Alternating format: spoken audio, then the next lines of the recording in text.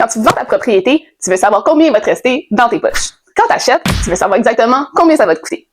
Aujourd'hui, on lève le voile sur les frais cachés et en 1 minute, tu vas enfin savoir qui fait quoi. La mise de fonds, facile, l'acheteur. La rétribution du courtier immobilier, le vendeur, prévoit entre 4 et 6 % du prix de vente et ne pas oublier que c'est un produit taxable. La prime SCHL, l'acheteur, si tu mets moins de 20 % de mise de fonds, tu peux l'ajouter à ton prêt hypothécaire, mais attention à la taxe de 9 % sur la prime, qui elle est payable directement au notaire. Pénalité hypothécaire, le vendeur, il va avoir une pénalité à payer seulement s'il brise son contrat de prêt avant son terme. L'inspection en bâtiment, l'acheteur, il faut prévoir entre 1 000 et 1 500 $. Certificat de localisation, c'est le vendeur, il doit représenter l'état actuel des lieux et avoir moins de 10 ans. S'il y a eu un quelconque changement au zonage, l'ajout d'une fenêtre ou le remplacement d'une clôture, par exemple, c'est aux frais du vendeur. Cette fameuse taxe de bienvenue, c'est l'acheteur, est calculée sur le montant le plus élevé entre le prix d'achat et la valeur uniformisée de l'évaluation municipale. Alors, fais attention. Les irrégularités dans le droit de propriété qui sont relevées par le notaire, ça c'est aux frais du vendeur parce qu'il est responsable de vendre un immeuble sans vice juridique. L'expertise recommandée par l'inspecteur, c'est souvent l'acheteur, mais ça peut être négocié entre les parties. Pour le notaire, les deux paient. Il ne fait pas pour les mêmes services, mais les deux doivent prévoir entre 1 500 et 2 000 $ à débourser. Les ajustements,